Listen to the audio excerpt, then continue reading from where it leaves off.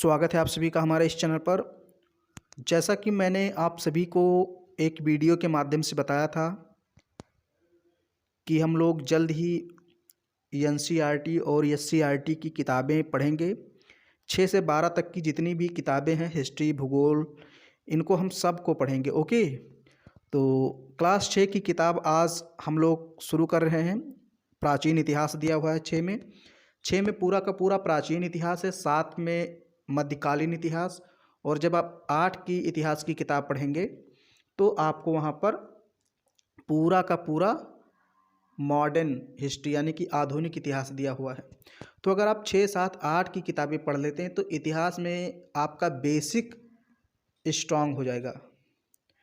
तो मैं आज क्लास 6 की किताब ले रहा हूँ और क्लास 6 में मैंने बताया प्राचीन इतिहास है। आज मैं पहला चैप्टर पढ़ाने जा रहा हूँ। तो क्लास 6 में हमारा जो पहला चैप्टर है वो है प्राचीन इतिहास का चैप्टर 1, कैसे पता करें कब क्या हुआ था। हमारा पहला चैप्टर क्या है? कैसे पता करें कब क्या हुआ था। ओके, तो आज ये हमारा पहला चैप्टर है, यानी कि हम लोग को पढ़ना है स्रोत। इतिहास जानने के कौन कौन से स्रोत हैं। जैसे मान लीजिए आज के 10,000 वर्ष पूर्व या 15,000 वर्ष पूर्व क्या हुआ था, इसको हम लोग कैसे जानेंगे। ओके, वो कौन कौन से साधन हैं जिनके द्वारा हम अतीत में हुए घटनाओं को जानते हैं, उनकी जानकारी प्राप्त करते हैं। इसी चीज़ के बारे में इस चैप्टर में बताया गया है। तो वही नाम दिया गया है, कैसे पता करें कब क्या हुआ था। तो हम लोग एक एक शब्द पढ़ेंगे, ओके, ताकि आपको ऐसा लगे, ऐसा महसूस हो जाए कि हाँ आपने भी एनसीईआरटी या एससीईआरटी लाइन बाय लाइन पढ़ी है। इसलिए हम लोग एक एक शब्द पढ़ेंगे। ओके, बहुत ही आसान लैंग्वेज में लिखा है, कुछ अगर टफ वर्ड आएंगे तो उसको मैं समझा दूंगा। ओके, तो चलिए शुरू करते हैं। पार्ट 1, कैसे पता करें कब क्या हुआ था। इसका मतलब है इतिहास जानने के स्रोत हम लोग पढ़ेंगे कि भाई वो कौन कौन से साधन हैं जिनके माध्यम से हमें 500 वर्ष पूर्व या 5,000 वर्ष पूर्व लोगों के बारे में पता चलता है। इतिहास जानने के स्रोत, ओके, कौन कौन से स्रोत हैं। तो चलिए पढ़ते हैं। परिवार की पुरानी बातें हम दादा दादी, नाना नानी की बातों से जानते हैं।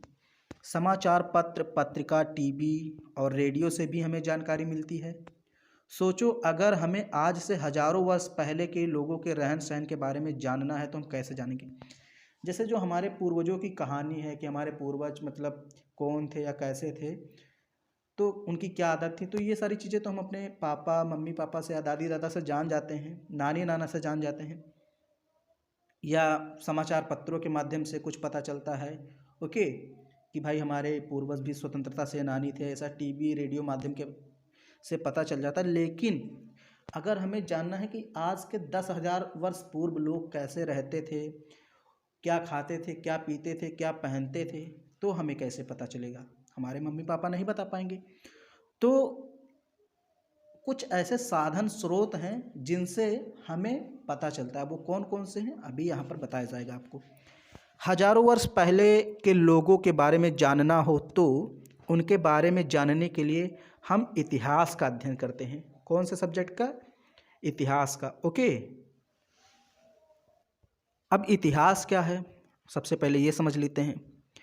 इतिहासकार अतीत से प्राप्त तथ्यों और साक्ष्यों के आधार पर बीते समय की जानकारी देते हैं। इतिहासकार यानी कि जो इतिहास लिखते हैं। ओके, तो सबसे पहले हम इतिहास की डेफिनेशन यहाँ पढ़ लेते हैं। एक परिभाषा दी हुई है, बहुत अच्छी परिभाषा है। इतिहास बीते हुए समय और उस समय के लोगों को समझने और जानने का साधन है। अक्सर आपसे IAS PCS का जब आप इंटरव्यू देते हैं या किसी भी कम्पिटेटिव एग्ज़ाम्स के अगर इंटरव्यू में आप जाते हैं, वहाँ इंटरव्यू होता है, तो अक्सर ये क्वेश्चन पूछ लेते हैं कि भाई इतिहास क्या है। तो बहुत से लोग समझ ही नहीं पाते इतिहास क्या है। ओके, तो ये डेफिनेशन याद रखिएगा। इतिहास बीते हुए समय और उस समय के लोगों को समझने और जानने का एक साधन है। और जो इतिहास लिखते हैं उनको हम लोग क्या कहते हैं? इतिहासकार। ओके, अब यहाँ देखिए एक डेफिनेशन और दी हुई है, इसको भी पढ़ लीजिए। पुरातत्व किसे कहते हैं? क्योंकि आपने ये वर्ड सुना होगा, पुरातत्ववेत्ता, पुरातत्व, पुरातात्विक स्रोत, ऐसे आपने सुना होगा वर्ड। तो सबसे पहले आप पुरातत्व जान लीजिए क्या है। प्राचीन काल में मानव द्वारा प्रयोग में लाई वस्तुओं, निर्मित मंदिरों एवं इमारतों आदि के अवशेषों का अध्ययन पुरातत्व कहलाता है। इनका अध्ययन करने वाले पुरातत्ववेत्ता कहलाते हैं। यानी कि प्राचीन काल में जो वस्तुएं यूज़ की जाती थी, प्रयोग की जाती थी, जो मंदिर थे प्राचीन काल में, या कोई इमारत रही होगी, तो अब चूंकि वो मंदिर इमारत वैसे की वैसी तो है नहीं, या फिर वो वस्तु वैसी की वैसी है नहीं, उसके कुछ भाग बचे हैं टूटे फूटे, जैसे टूटी फूटी मंदिरें हैं, इमारतें हैं, या कोई वस्तु मिली खुदाई के माध्यम से। तो जब हम उनका अध्ययन करते हैं, अवशेष मतलब टूटा फूटा बचा कुचा, ओके, टूटा फूटा या बचा कुचा जो भाग है इमारतों का या मंदिरों का या वस्तुओं का, जो टूटा फूटा बचा कुचा भाग है, उसी को अवशेष कहते हैं। और जब उन्हीं का हम लोग अध्ययन करते हैं तो पुरातत्व कहलाता है। ओके, उन्हीं का अध्ययन करना पुरातत्व कहलाता है। एक बार मैं फिर से पढ़ देता हूँ। प्राचीन काल में मानव द्वारा प्रयोग में लाई गई वस्तुओं, निर्मित मंदिरों एवं इमारतों आदि के अवशेषों का अध्ययन पुरातत्व कहलाता है, और इनका अध्ययन करने वाले को पुरातत्ववेत्ता कहते हैं। ओके, इनका अध्ययन करने वाले पुरातत्ववेत्ता कहलाते हैं। अब आगे पढ़ते हैं हम लोग, कैसे पता लगाते हैं। भाई कैसे पता लगाते हैं कि कब क्या हुआ था या कोई वस्तु कितनी पुरानी है, इसके बारे में हम लोग देखते हैं। अतीत में एक ऐसा भी युग था जब लोग लिखना पढ़ना नहीं जानते थे। भाई हमारे तरह ऐसे तो पहले था नहीं, आज से 10,000 20,000 वर्ष पूर्व लोग पढ़ना लिखना जानते नहीं थे। तो वही बता रहा है, अतीत में यानी प्राचीन काल में, पहले के समय में एक ऐसा युग था जब लोग पढ़ना लिखना नहीं जानते थे। उन लोगों के जीवन के विषय में हमें जानकारी उनके द्वारा छोड़ी गई वस्तुओं जैसे मिट्टी के बर्तन, खिलौने, हथियारों तथा औजारों द्वारा मिलती है। अब चूँकि जो पहले के लोग थे, बहुत पहले, वो पढ़ना लिखना जानते नहीं थे, तो उन्होंने कोई किताबें तो लिखी नहीं, कोई साहित्यिक स्रोत नहीं मिला। साहित्यिक मतलब कोई लिखित साक्ष्य हम लोग को उनके द्वारा नहीं मिला। तो अब वे जो सामान यूज़ करते थे, जैसे मिट्टी के बर्तन, खिलौने, हथियार या औजार, जो कुछ भी वो प्रयोग में लाते थे उस समय, उनके माध्यम से हम लोग उनके बारे में जानकारी प्राप्त करते हैं। प्रायः इन वस्तुओं को पुरातत्ववेत्ता जमीन के अंदर से खोद कर प्राप्त करते हैं। तो मिट्टी के बर्तन, खिलौने, हथियार, औजार या जो अन्य वस्तुएं हैं, बर्तन वगैरह जो पहले के लोग यूज़ करते थे, उनको पुरातत्ववेत्ता क्या करते हैं, खोद कर निकालते हैं। भाई खुदाई होती रहती है, इतिहासकार पुरातत्ववेत्ता मिलकर उसको खोदते हैं, पता करते हैं ये वस्तु किसके शासनकाल में थी। ओके, तो ज़मीन के अंदर से खोद कर उसको प्राप्त करते हैं पुरातत्ववेत्ता। ये वस्तुएं ऐतिहासिक जानकारी के लिए अत्यंत महत्वपूर्ण होती हैं। उपलब्ध सामग्री के आधार पर इतिहासकारों ने अतीत को 3 भागों में बांटा है। तो अब उपलब्ध सामग्री के आधार पर, यानी इतिहास जानने के स्रोत, उनके आधार पर, यानी स्रोतों के आधार पर, या सामग्री कह लीजिए या स्रोत कह लीजिए, इतिहास जानने के स्रोतों के आधार पर इतिहासकारों ने इतिहास को, या हम कहें अतीत को, 3 भागों में बांट दिया। ओके, तो सबसे पहला है वह समय जिसके लिए कोई भी लिखित सामग्री उपलब्ध नहीं है, उसको कहते हैं पूर्व ऐतिहासिक काल या प्राक ऐतिहासिक काल। ओके, प्राग ऐतिहासिक काल कहीं कहीं लिखा होता है, यहाँ लिखा है प्राक ऐतिहासिक काल या पूर्व ऐतिहासिक काल। तो जिस काल के बारे में कोई भी लिखित सामग्री उपलब्ध नहीं है उसे प्राग ऐतिहासिक काल कहते हैं, या पूर्व ऐतिहासिक काल। मतलब उस समय के लोग, प्राग ऐतिहासिक काल के लोग, पढ़ना लिखना नहीं जानते थे। ओके, उस समय यही नहीं जानते थे कि छोटा आ, ABCD ये सब कैसे बनता है, या कोई भी लैंग्वेज वो लोग नहीं जानते थे। तो उस काल को कहते हैं प्राग ऐतिहासिक काल। ये सब जो मैं आपको पढ़ा रहा हूँ, इसकी समरी मैं PDF के रूप में आपको उपलब्ध करा दूंगा, PDF के रूप में। ओके, मेन चीज़ है उसको मैं PDF बना करके आपको उपलब्ध करा दूंगा, ताकि आप उसको भी पढ़ लें तो आप रिवीजन कर सकते हैं। ओके, फिर है वह समय जिससे संबंधित लिखित साक्ष्य प्राप्त तो हैं किंतु उसे पढ़ा नहीं जा सकता, उसे आद्य ऐतिहासिक काल कहा जाता है। अब ये देखिए, मतलब एक ऐसा भी काल था जब लोग पढ़ना लिखना जान गए थे, यानी वो पढ़ते थे लिखते थे कुछ, अब क्या लिखते थे उसे हम लोग समझ ही नहीं पाए। हमें लिखित साक्ष्य मिले तो हैं, कॉपी किताब या पत्रों में कुछ भी लिखा हुआ मिला तो है, लेकिन हम पढ़ ही नहीं पाते वो किस लैंग्वेज का यूज़ करते थे, कौन सी लिपि में लिखते थे। तो उसको हम बोलते हैं आद्य ऐतिहासिक काल, यानी अतीत का वह काल जिससे संबंधित लिखित साक्ष्य प्राप्त तो हैं किंतु उन्हें पढ़ा नहीं जा सकता, अभी हम लोग उन्हें पढ़ ही नहीं पाए हैं। तो ऐसे काल को आदि ऐतिहासिक काल कहते हैं। फिर तीसरा है, इसी प्रकार जिस काल या समय के विषय में लिखित सामग्री से जानकारी मिलती है एवं उसे पढ़ा भी जा सकता है, उस काल या समय को ऐतिहासिक काल कहते हैं। मतलब जिस काल में लोग पढ़ना लिखना सीख गए थे और उनके लिखित साक्ष्य भी हमको मिले हैं और उसको हमने पढ़ भी लिया है, समझ में आ गया कि हाँ वो क्या लिखते थे प्राचीन काल के लोग, तो उस काल को हम लोग कहते हैं ऐतिहासिक काल। तो 3 काल हुए, प्राग ऐतिहासिक काल, आदि ऐतिहासिक काल, ऐतिहासिक काल। प्राग ऐतिहासिक काल पढ़ना लिखना नहीं जानते थे, उनके द्वारा छोड़ी गई वस्तुओं से ही हमें जानकारी मिलती है, ओके, तो उसको बोलते हैं प्राग ऐतिहासिक काल। आदि ऐतिहासिक काल में लोग पढ़ना लिखना जानते थे, लेकिन वे क्या पढ़ते हैं क्या लिखते हैं हम लोग को उनकी भाषा समझ में नहीं आई, यानी उनके द्वारा छोड़ी गई सामग्री यानी लिखित सामग्री जो है उसको हम लोग पढ़ नहीं पाए हैं, तो उस काल को बोलते हैं आदि ऐतिहासिक काल। ऐतिहासिक काल यानी कि इतिहास का या अतीत का वह काल जिस काल से संबंधित लिखित सामग्री को हम लोग पढ़ सकते हैं उसको बोलते हैं ऐतिहासिक काल, ओके। तो ये काल को 3 डिवीज़न में यहाँ पर बांटा गया है, यानी अतीत को, और ये सब आपको PDF के रूप में मैं इसकी समरी आपको उपलब्ध करा दूंगा। अब यहाँ पर देखिए ये जो जानकारी है बहुत ही अच्छी जानकारी यहाँ पर बताई गई है। देखिए क्लास 6 के किताब में आपको क्या क्या मिल जाता है। देखिए पहले के समय में अगर हम बात करें आज से 3-4 हज़ार वर्ष पूर्व, तो उस समय कागज़ का आविष्कार नहीं हुआ था, या हम कहें कि पेपर का आविष्कार नहीं हुआ था, तो लोग किस पर लिखते थे। तो बेसिकली यहाँ पर 5 चीज़ें बताई गई हैं, ताड़पत्र, भोजपत्र, ताम्रपत्र, स्तंभलेख, शिलालेख, ओके। तो मैं एक एक चीज़ आपको यहाँ बता देता हूँ। वैसे यहाँ लिखा हुआ है, देखिए ताड़पत्र क्या होता है।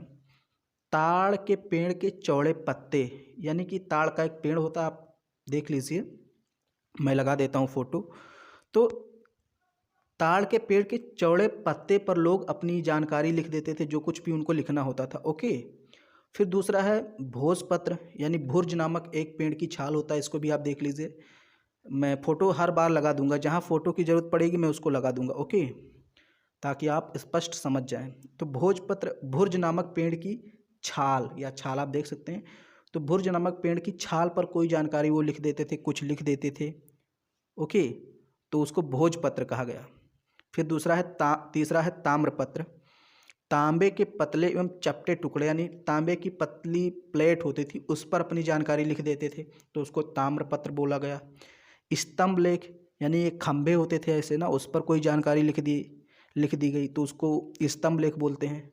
पत्थर के खंभों पर लिखे गए लेख पत्र, जैसे बड़े बड़े स्तंभ होते थे, तो उस पर कोई जानकारी लिख दी गई, कोई पत्र लिख दिया गया, तो उसको स्तंभ लेख बोलते हैं। ऐसे शिलालेख, मतलब कोई चट्टान है, कोई गुफा है चट्टान की, तो उसमें पत्थरों पर लिख दिया गया, पत्थर की चट्टानों पर लिखे गए लेख को हम कहते हैं शिलालेख।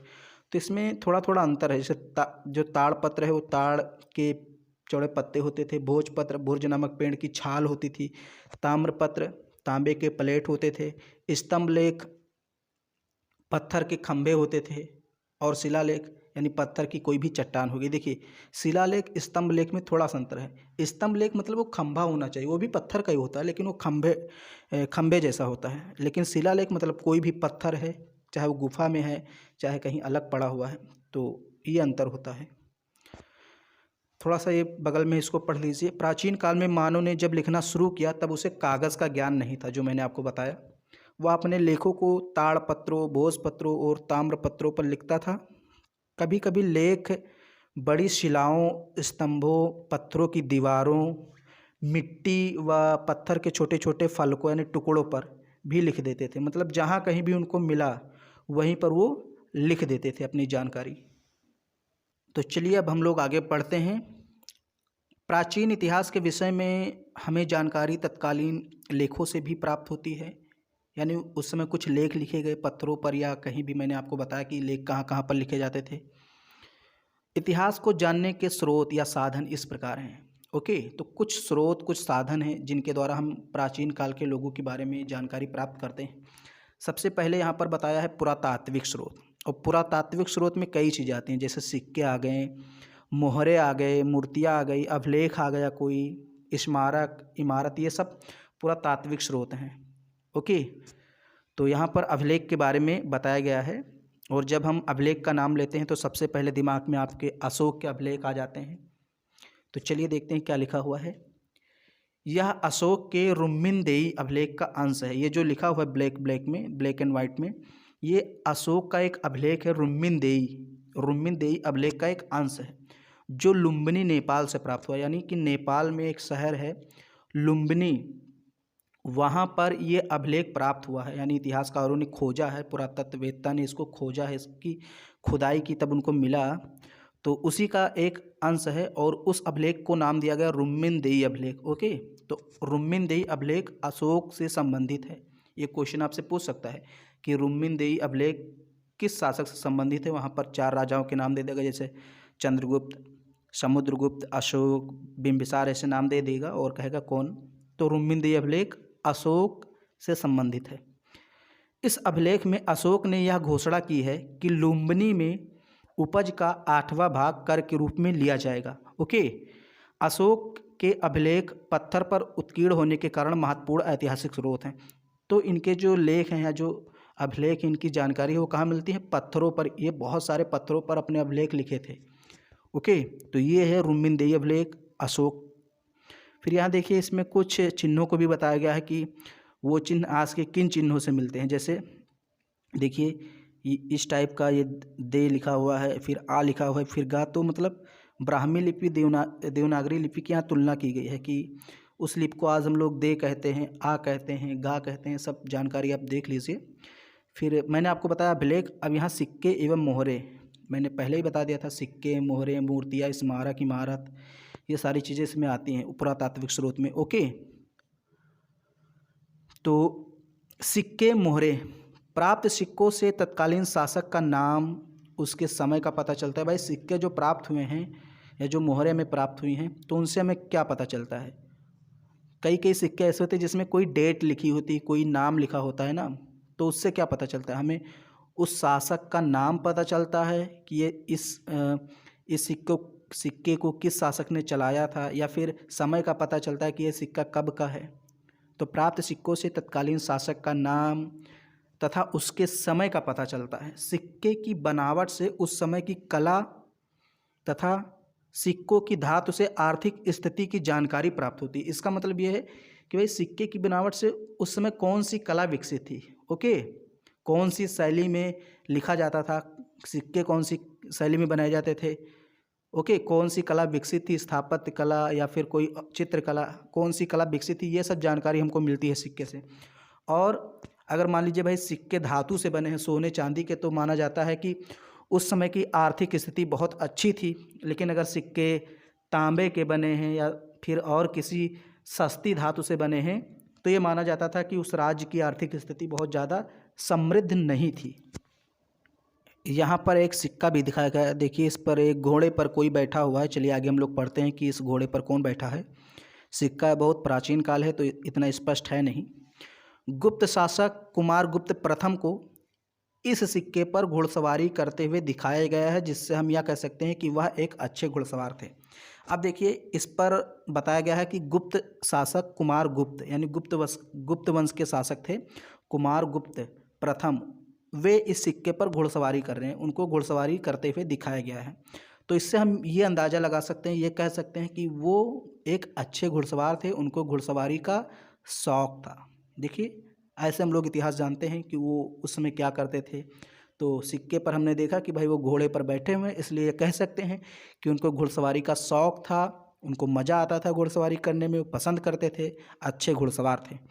इस प्रकार सिक्के इतिहास लेखन में महत्वपूर्ण भूमिका या योगदान देते हैं। ओके, इस सिक्के को देखकर आप और क्या पता कर सकते हैं, बताइए। अब ये सब सोचने वाली बात है। फिर आगे अगर हम पढ़े तो लिखा है, हड़प्पा कालीन मोहरें मेसोपोटामिया से मिली हैं। इससे ज्ञात होता है कि हड़प्पा वासियों का व्यापार मेसोपोटामिया से होता था।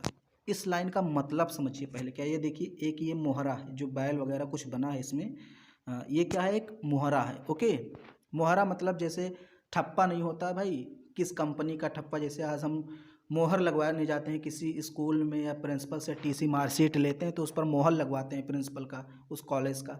तो ऐसे भी प्राचीन काल में बहुत सारी सभ्यताएं विकसित थी। जैसे मेसोपोटामिया की सभ्यता थी, अपने यहाँ सिंधु घाटी सभ्यता थी जिसे हम हड़प्पा सभ्यता कहते हैं। तो हुआ क्या कि हड़प्पा सभ्यता की जो मोहर है वो कहाँ मिली है, मेसोपोटामिया में मिली है। इसका मतलब क्या कि इन दोनों के मध्य व्यापार होता था, यानी हड़प्पा सभ्यता और मेसोपोटामिया सभ्यता, इनके मध्य व्यापार होता था, तभी तो यहाँ की मोहर वहाँ मिली है। भाई सिंधु घाटी सभ्यता की मोहर मेसोपोटामिया में कैसे गई, यानी कि व्यापार होता था, तो हमें जानकारी मिल गई। अब देखिए यहाँ पर कुछ चित्र दिया हुआ है, स्पष्ट दिख नहीं रहा, मैं थोड़ा सा पढ़ने की कोशिश करता हूँ। कालीबंगा और एक गंधीरी वाला है या कुछ और है, इसको मैं स्पष्ट करके आपको दिखाता हूँ अगर दिखता है। सिंधु नदी दिया हुआ है, मोहनजोदड़ो है, सोतका को है, चन्हूदड़ो, धौलावीरा, सुरकोतड़ा, लोथल और ये अरब सागर। ओके, तो एक नहीं समझ में आ रहा है, ये गंवेरी वाला है, ये क्या लिखा हुआ है, इसको मैं अगर देखिए आपको दिख रहा हो तो ठीक है। फिर आगे है धौलावीरा। ओके, आगे हम लोग पढ़ते हैं धौलावीरा। हड़प्पा सभ्यता का एक पूरा स्थल गुजरात में स्थित है। ये क्या है, धौलावीरा एक नगर है। ओके, और ये कहाँ स्थित है, गुजरात में। ये हड़प्पा सभ्यता का एक नगर था। जब हड़प्पा सभ्यता विकसित थी हमारे देश में तो उस समय एक नगर हुआ करता था धौलावीरा। यहाँ से हड़प्पा कालीन नगर निर्माण योजना, जल निकास प्रबंध आदि के साक्ष्य प्राप्त हुए हैं। जल निकास यानी नाली वगैरह यहाँ पर बनी हुई मिली हैं कि प्राचीन काल में, यानी हड़प्पा सभ्यता में नालियाँ कैसी होती थी, नगर कैसे विकसित होते थे, सड़कें कैसी होती थी, ये सब साक्ष्य हमको धौलावीरा से मिले हैं। फिर यहाँ देखिए सारनाथ स्तूप। स्तूप मतलब ये आप देख सकते हैं, यहाँ पर एक चित्र लगा हुआ है, या आप बनारस में देख सकते हैं। अगर मुझे कोई चित्र मिलता है अलग से तो मैं उसको ज़रूर आपको दिखाऊंगा। ओके, तो सारनाथ स्तूप आप देखिए, सारनाथ उत्तर प्रदेश में स्थित इस स्तूप, यानी इसको धमेक स्तूप भी कहते हैं। ओके, यानी सारनाथ में जो स्तूप है इसको धमेक स्तूप भी कहते हैं। तो उत्तर प्रदेश में स्थित इस स्तूप का निर्माण मौर्य वंश के शासक अशोक ने करवाया था। देखिए ऐसे क्वेश्चन पूछेगा आपके कंपटीशन एग्जाम में। तो इस धमेक स्तूप का निर्माण यानी सारनाथ स्तूप का निर्माण किसने करवाया था, अशोक ने करवाया था। अशोक किस वंश से संबंधित थे, मौर्य वंश से। महात्मा बुद्ध ने सर्वप्रथम सारनाथ में अपना उपदेश दिया था। ये क्वेश्चन बहुत बार पूछा गया है। महात्मा बुद्ध ने सर्वप्रथम अपना उपदेश किस स्थान पर दिया था, सारनाथ। ओके, सारनाथ में महात्मा बुद्ध ने अपना पहला उपदेश दिया था। तो इतनी चीज़ें आपने जानी। तो अभी तक मैंने आपको बताया पुरातात्विक स्रोत। ओके, देखिए जान लीजिए कि इतिहास जानने के मेन दो स्रोत होते हैं। अगर प्राचीन काल के लोगों के बारे में जानना है तो दो स्रोत हैं, एक तो पुरातात्विक स्रोत है और दूसरा साहित्यिक स्रोत होता है। पुरातात्विक स्रोत मतलब कोई पत्थर प्राप्त हो गया, कोई बर्तन प्राप्त हो गया, इमारत या फिर मोहरे, सिक्के, अभिलेख, ये सब पुरातात्विक स्रोत हैं जो खुदाई से अक्सर प्राप्त होते हैं। और जो साहित्यिक स्रोत होते हैं ये लिखित साक्ष्य होते हैं। ओके, तो दूसरा क्या है, साहित्यिक स्रोत। पहला हमने पढ़ा पुरातात्विक स्रोत, तो पुरातात्विक स्रोत में हमने पढ़ा मोहरे, सिक्के, अभिलेख, सारनाथ स्तूप, ये सब पुरातात्विक स्रोत हैं। अब दूसरा हम लोग को पढ़ना है यानी कि साहित्यिक स्रोत, यानी कोई लिखित किताब हमको मिल गई है, विद्वानों ने लिखा, प्राचीन काल के लेखकों ने लिखा, तो उससे भी हमें इतिहास के बारे में जानकारी मिलती है। पढ़ते हैं हम लोग, फिर जानते हैं। ताड़पत्रों, भोजपत्रों, ताम्रपत्रों, ये सब मैंने क्या है बताया भी। चमड़े एवं लकड़ी के पट्टों पर लिखित लेखों के साथ साथ कुछ साहित्यिक ग्रंथों से भी हमें लोगों के रहन सहन, विचारों, खान पान इत्यादि के बारे में जानकारी प्राप्त होती है। जैसे अब यहाँ पर कुछ पुस्तकों के नाम, कुछ किताबों के नाम और उनके रचनाकार यानी उनके लेखक का नाम दिया हुआ है, और फिर उस पुस्तक में किसका वर्णन है, क्या विषय है, क्या लिखा हुआ है, किसके बारे में, ये सब भी यहाँ देख दिया हुआ है। पुस्तक का नाम, लेखक का नाम, काल का विवरण। ओके, यानी किस काल से संबंधित वो पुस्तक है, उसमें क्या वर्णन मिलता है। तो मैं कुछ पढ़ता हूँ इसमें, जैसे वेद। अब वेदों के रचयिता का नाम यहाँ पर नहीं दिया गया है, लेकिन वहाँ से यानी वेदों से हमें वैदिक कालीन विवरण प्राप्त होता है, वैदिक काल की जानकारी कि उस समय वैदिक काल में लोग कैसे रहते थे, रहन सहन कैसा था, खान पान कैसा था, ये सब जानकारी हमें वेदों से मिलती है। रामायण एवं महाभारत वाल्मीकि एवं वेद व्यास इसके रचनाकार हैं। यानी रामायण के रचनाकार कौन है, वाल्मीकि, और महाभारत के रचनाकार वेद व्यास। और इससे हमें क्या जानकारी मिलती है, तो देखिए ये सब आप पढ़ लीजिएगा, मैं एक बार सरसरी निगाह से पढ़ देता हूँ। महाकाव्य कालीन समाज के विषय में जानकारी हमें मिलती है। ओके, फिर जैन एवं बौद्ध साहित्य भी कुछ हैं, या जातक कथाएं हैं, तो इससे इनके भी रचनाकार के बारे में यहाँ जानकारी नहीं दी गई है, लेकिन इनसे हमें 6ठी शताब्दी ईसा पूर्व की राजनीतिक, सामाजिक एवं धार्मिक स्थिति के बारे में पता चलता है। अब यहाँ पर धर्मेत्तर साहित्य है। धर्मेत्तर साहित्य मतलब जो धर्म से अलग है, यानी कि इसमें किसी विशेष धर्म की वो नहीं है भाई, ये धर्म से एक प्रकार से अलग है, किसी धर्म की महत्ता नहीं है। ओके, जैसे अर्थशास्त्र, तो इसको लिखा है कौटिल्य, और कौटिल्य को हम लोग चाणक्य भी बोलते हैं, कहीं कहीं विष्णुगुप्त भी लिखा होता है। तो 3 नाम है कौटिल्य के, कौटिल्य, चाणक्य, विष्णुगुप्त। फिर यहाँ देखिए, तो अर्थशास्त्र में इन्होंने किसका वर्णन किया है, मौर्यकालीन समाज की राजनीतिक, सामाजिक, आर्थिक एवं धार्मिक स्थिति का वर्णन किया है। फिर एक पुस्तक है राजतरंगड़ी, इसके रचनाकार कल्हड़ हैं, और कल्हड़ ने इस पुस्तक में क्या बताया है, कश्मीर के 11वीं 12वीं शताब्दी के इतिहास का वर्णन किया है। ओके, कश्मीर का इतिहास। फिर और अगर इसमें बात करें तो विदेशी यात्रियों के कुछ वृत्तांत हैं, यानी कि यात्रा वृत्तांत है। कुछ विदेशी लेखक भी आए थे, उन्होंने भी कुछ किताबें लिखी हैं। जैसे अगर हम बात करें, इंडिका नामक पुस्तक के लेखक मेगस्थनीज हैं, जो यूनानी राजदूत हैं। ओके, यूनानी राजदूत, यूनान के राजदूत थे, ये भारत में आए थे। ये चंद्रगुप्त मौर्य के समय आए थे, और उसी के समय की इतिहास इन्होंने लिखा है। फिर यात्रा विवरण, फाहियान चीनी यात्री था, यह भी आया था गुप्त काल में, तो ये गुप्त काल से संबंधित जानकारी देता है। और यात्रा विवरण जैसे ये स्वांग या इसे ह्वेनसांग भी बोलते हैं, ह्वेनसांग सही है, ये आप बोल नहीं पाएंगे जल्दी, स्वांग, तो इससे अच्छा आप ह्वेनसांग बोलिए। ह्वेनसांग ये चीनी यात्री ये भी था, ये हर्षवर्धन के शासनकाल में आया था, और उसी के शासनकाल के इतिहास के बारे में जानकारी देता है। तो ये यात्रा विवरण या विदेशी यात्रियों के कुछ वृत्तांत है, इसको आप पढ़ लीजिएगा और अच्छे ढंग से।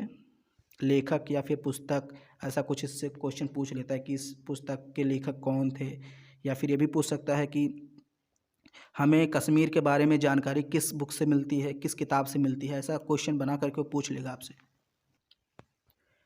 इस प्रकार पुरातात्विक एवं साहित्यिक दोनों स्रोतों से हमें इतिहास की जानकारी प्राप्त होती है। भाई दोनों स्रोतों से हमें जानकारी प्राप्त होती है, मैंने आपको बताया भी कैसे कैसे। विदेशी यात्रियों के विवरण से अभी मैंने बताया, चीनी यात्री फाहियान, ह्वेनसांग, और यूनानी जो राजदूत था, क्या नाम था उसका, मेगस्थनीज, तो वही यहाँ पर यात्रियों के विवरण से भी हमें तत्कालीन इतिहास की जानकारी मिलती है। प्राप्त स्रोतों की सहायता से ही इतिहासकार और पुरातत्वविद इतिहास का पुनर्निर्माण करते हैं। यानी इन्हीं इतिहास का पुनर्निर्माण करने का मतलब क्या है, यानी ये जो साक्ष्य हैं, मैंने अभी बताया आपको, सिक्के, मोहरे, स्मारक, अभिलेख या जो पुरानी किताबें हैं, इन्हीं साक्ष्यों के आधार पर जो इतिहासकार हैं, आज के इतिहासकार हैं, ये एक नई किताब लिखते हैं, यानी अतीत का पुनर्निर्माण करते हैं। ओके, एक नई किताब लिखते हैं इन्हीं किताबों, इन्हीं साक्ष्यों के आधार पर, जिसको हम लोग आज पढ़ते हैं। ओके, जैसे हम लोग BP चंद्रा की पढ़ते हैं, सतीश चंद्र की किताब पढ़ते हैं, तो ये सब इन्होंने कैसे लिखा, इन्हीं प्राचीन चीज़ों का, स्रोतों का इन्होंने अध्ययन किया, फिर अपनी किताब लिखी। तो वही है जो इतिहास का या अतीत का पुनर्निर्माण करते हैं। इतिहासकार इन्हीं स्रोतों से अतीत की कृषि, पशुपालन, कामगार, शिल्प, काम धंधे, व्यापार, नाप तौल, लेन देन आदि के आधार पर आर्थिक स्थिति का वर्णन करते हैं। ओके, तो कृषि, पशुपालन, जैसे कोई बैल का साक्ष्य मिल गया, कहीं हल का साक्ष्य मिला, या कोई और औजार या कोई हथियार का साक्ष्य मिला, तो इतिहासकार समझ जाते हैं कि उस समय की आर्थिक स्थिति कैसी थी। तो वही लिखा है, इतिहासकार इन्हीं स्रोतों से अतीत की कृषि, पशुपालन, कामगार, शिल्प, काम धंधे, व्यापार, नाप तौल, लेन देन, कर आदि के आधार पर आर्थिक स्थिति का वर्णन करते हैं कि उस समय आर्थिक स्थिति कैसी थी। घर परिवार, स्त्रियों की स्थिति, शिक्षा, रहन सहन, खान पान, वेशभूषा, मनोरंजन, त्यौहार, मेले आदि के आधार पर सामाजिक यानी सामाजिक स्थिति का पता चलता है। राजा, प्रजा, प्रशासन, सुरक्षा व सैन्य व्यवस्था के आधार पर राजनीतिक स्थिति की जानकारी प्रदान करते हैं।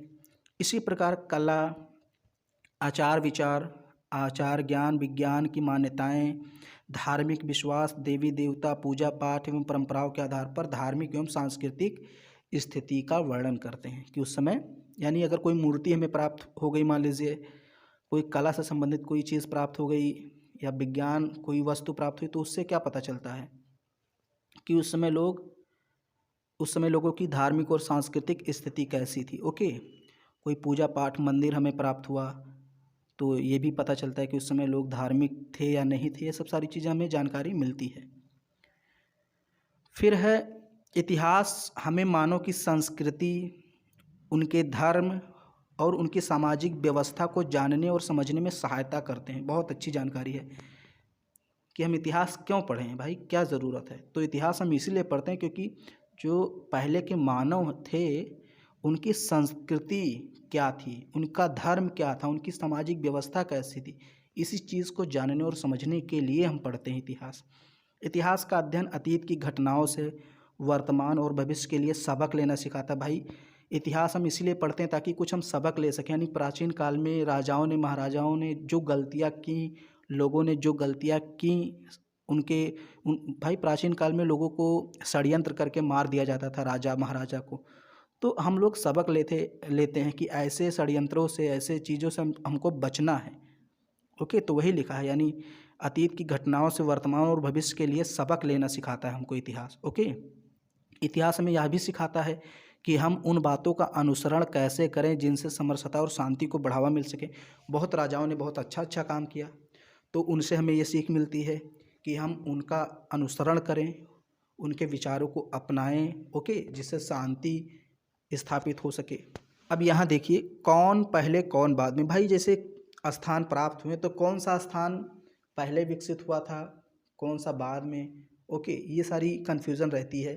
मान लीजिए जैसे होता नहीं कि एक नगर था, वहाँ पर बाढ़ आया, वो नगर नष्ट हो गया, फिर कुछ वर्षों बाद, 50-100 वर्षों बाद वहीं पर दूसरा नगर लोगों ने बसाया, तो फिर वहाँ भी बाढ़ आ गया, कुछ हुआ, विपदा आई, वहाँ के लोग भी मर गए, तो वो टीले के रूप में परिवर्तित हो जाता है। यहाँ पर एक टीला दिया गया है, मैं समझा देता हूँ फिर पढ़ता हूँ। एक टीले के रूप में परिवर्तित हो जाता है, ऐसे अवशेष दबते चले जाते हैं और फिर उस पर स्थापित होता है कोई नया नगर, वो भी दब जाता है। तो जब हम खुदाई करते हैं, अंदर तक जाते हैं, तो हम कैसे जाने कि कौन सा नगर पहले स्थापित हुआ था, कौन सा बाद में। ओके, तो यहाँ भी बताएगा वो। जब पुरातात्विक किसी स्थान की खुदाई करते हैं तो कैसे समझते हैं कि कौन से स्तर पहले के हैं और कौन बाद के। इस चित्र को देखिए, इस चित्र को आप लोग देखिए, 1 2 3 4 ऐसे दिया हुआ है। फिर है, किसी भी पुरा स्थल में कई बस्तियों के अवशेष मिलते हैं। मतलब एक ही स्थान पर कई बस्तियों के अवशेष मिले। मैंने बताया ना कि एक नगर पहले था, फिर बाढ़ या विपदा आई, लोग मारे गए, सारा वो बस्ती बर्बाद हो गया, फिर वहाँ पर दूसरी बस्ती स्थापित हुई। तो वही है, किसी भी पुरा स्थल में कई बस्तियों के अवशेष मिल सकते हैं। आमतौर पर जहाँ लोग रहते हैं, घर टूटने पर दोबारा वही घर बना लेते हैं। टूटे फूटे सामान और कूड़ा करकट भी घरों के आसपास जमा होते रहते हैं। इन कारणों से बस्ती की ज़मीन धीरे धीरे ऊंची होती रहती है और सैकड़ों साल के बाद वहाँ एक टीला बन जाता है। इसलिए जब टीले की खुदाई की जाती है तो उसका सबसे निचला स्तर सबसे पुराना होता है और उसके बाद के स्तर बाद के युगों के होते हैं। तो ये मैंने अभी आपको बताया कि जो सबसे नीचे रहेगा वो सबसे पहला नगर होगा, यानी कि सबसे पहला वही नगर बसा था। जो सबसे बाद में जिसके अवशेष पाए जाते हैं वो नगर बाद के होते हैं। ओके, फिर यहाँ थोड़ी सी जानकारी और दी गई है, इसको भी पढ़ लीजिए, फिर आपका ये जो चैप्टर है पहला ये कंप्लीट हो जाएगा। तिथियों में अगर आपने देखा होगा तो आजकल हम लोग क्या लिखते हैं, ईसवी लिखते हैं, और कहीं कहीं तिथियां होती हैं कि ईसा पूर्व लिखा जाता है। ईसा पूर्व को इंग्लिश में बोलते हैं बीसी, और ईसवी को इंग्लिश में बोलते हैं एडी। तो पढ़ लेते हैं क्या लिखा हुआ है। इतिहास में कुछ तिथियां ईसा पूर्व में होती हैं और कुछ ईसवी में होती हैं। ईसा पूर्व का तात्पर्य ईसा मसीह, यानी ईसा पूर्व का तात्पर्य क्या है, ईसा मसीह यानी कि ईसाई धर्म के जो प्रवर्तक थे उनके जन्म से पहले का समय। इसे अंग्रेजी में बीसी कहते हैं, अर्थात बिफोर क्राइस्ट लिखते हैं। इसी प्रकार ईसवी को अंग्रेजी में एडी लिखा जाता है। एडी लैटिन भाषा के दो शब्द एनो डोमिनी से बना है। एडी का मतलब होता है ईसा मसीह के जन्म का वर्ष, अर्थात ईसा मसीह के जन्म के बाद की तिथियों को हम ईसवी या एडी का प्रयोग करते हैं। जैसे समझ लीजिए, जैसे जो हम वर्ष का निर्धारण करते हैं वो बेसिकली हम ईसा मसीह के जन्म से करते हैं, यानी ईसा मसीह का जब जन्म हुआ तो ईसा मसीह के जन्म के पहले का जो समय है उसके लिए हम लोग बीसी का यूज़ करते हैं, यानी कि ईसवी पूर्व का यूज़ करते हैं। लेकिन ईसा मसीह के जन्म के बाद का जो समय है उसको हम ईसवी लिखते हैं या एडी लिखते हैं। जैसे 2021 को हम ईसवी लिखेंगे क्योंकि ये ईसा मसीह के जन्म के बाद का समय है, ओके। लेकिन 3000 ईसा पूर्व तो हम उसको ईसा पूर्व में लिखते हैं, क्योंकि ईसा मसीह के, यानी कि कहीं लिखा हुआ है, मान लीजिए 3000 ईसा पूर्व लिखा हुआ है कहीं, तो इसका मतलब ये है ईसा मसीह के 3000 वर्ष पूर्व का वो समय है, यानी ईसा मसीह का जन्म 3000 वर्ष बाद में हुआ उस समय के, ओके। समझिए, कहीं 3000 ईसा पूर्व लिखा है तो इसका मतलब ईसा मसीह उस समय के 3000 वर्ष बाद पैदा हुए, या यूँ कह सकते हैं कि वो जो समय है ईसा मसीह के जन्म से 3000 वर्ष पूर्व का समय है, ओके। ये आप समझ सकते हैं यहाँ पर। फिर कुछ और जानकारी दी हुई है। अभिलेख क्या है? अभिलेख पत्थर अथवा धातु जैसी कठोर सतह पर उत्कीर्ण किए गए लेख, यानी जो हम लेख लिखते हैं, अब वो किसी पर लिखा हो, चाहे पत्थर है कोई या धातु है, उस पर जो हम कुछ लिखते हैं उसको बोल देते हैं अभिलेख, यानी लिखा गया जो लेख होता है वही अभिलेख होता है। अभिलेख पत्थर अथवा धातु जैसी कठोर सतह पर उत्कीर्ण किए गए लेख होते हैं। फिर यहाँ पर स्तूप का भी दिया है। स्तूप का शाब्दिक अर्थ है टीला, मैंने भी आपको दिखाया भी था। प्रायः सभी स्तूपों के अंदर एक डिब्बे में महात्मा बुद्ध या उनके अनुयायियों के शरीर के अवशेष, जैसे हाथी दांत, राख या उनकी हड्डी वगैरह हो गई, वही सारी चीज़ें, या उनके द्वारा प्रयोग में लाई गई सामग्री, बर्तन, पत्थर अथवा सिक्के रखे होते हैं। तो अक्सर आपके मन में चीज़ ज़रूर आती होगी कि स्तूप में है क्या अंदर, तो यही सारी चीज़ें रखी होती हैं। हाथ दांत, यानी हाथी के दांत, सॉरी हाथ दांत नहीं है, हाथी के दांत, राख या फिर उनके द्वारा कोई प्रयोग में लाई गई सामग्री, ये सब सिक्के वगैरह रखे होते हैं। फिर है पुरास्थल क्या है? वह स्थान जहाँ की खुदाई से औजार, बर्तन, इमारतों के अवशेष मिलते हैं उसको पुरास्थल कहते हैं। प्रायः पुरास्थल जल स्रोतों जैसे नदी, तालाब, झील या समुद्र के किनारे ही पाए जाते हैं। अब इसका सेंस क्या है, इसका क्या अर्थ है कि भाई पुरास्थल नदी, तालाब, झील के किनारे या समुद्र के किनारे क्यों पाए जाते थे? क्योंकि नगर वहीं पर बसे थे जहाँ पर पहले नदी था या तालाब था या कोई झील था, समुद्र था। क्योंकि पहले तो नल की व्यवस्था थी नहीं कि चाहे जहाँ बस जाओ नल से पानी निकाल लो, ऐसी व्यवस्था थी नहीं। तो पहले नल की व्यवस्था नहीं थी, टिल्लू पंप की व्यवस्था नहीं थी, मशीन की व्यवस्था नहीं थी, तो लोग वहीं पर बसते थे जहाँ पर उनको पानी भी मिल जाए। खाना तो भाई कहीं से भी ला सकते हैं, शिकार कर सकते थे, लेकिन पानी तो कहीं नहीं खोज सकते हैं ना तुरंत। तो पानी के लिए किसी नदी के किनारे बसते थे या किसी तालाब, झील, इन्हीं के किनारे बसते थे। इसलिए जितनी भी सभ्यताएं हैं वो नगर के किनारे ही विकसित हुई। जैसे मिस्र की सभ्यता नील नदी के किनारे विकसित हुई, या ऐसे और भी जो है मेसोपोटामिया की सभ्यता, चीन की सभ्यता, और अपनी सभ्यता आप ले लीजिए सिंधु घाटी की सभ्यता, ये सब सिंधु नदी के किनारे विकसित हुई। तो सभी सभ्यताएं नदियों के किनारे विकसित हुई, यही कारण था, ओके। फिर यहाँ पर कुछ और चीज़ें दी हुई हैं। महाभारत विश्व का सबसे बड़ा महाकाव्य है। लंदन स्थित ब्रिटिश म्यूजियम विश्व का सबसे बड़ा संग्रहालय है। तो विश्व का सबसे बड़ा संग्रहालय ब्रिटिश म्यूजियम है, ओके। अलेक्जेंडर कनिंघम को भारतीय पुरातत्व विभाग का जन्मदाता माना जाता है। बहुत ही इंपॉर्टेंट क्वेश्चन।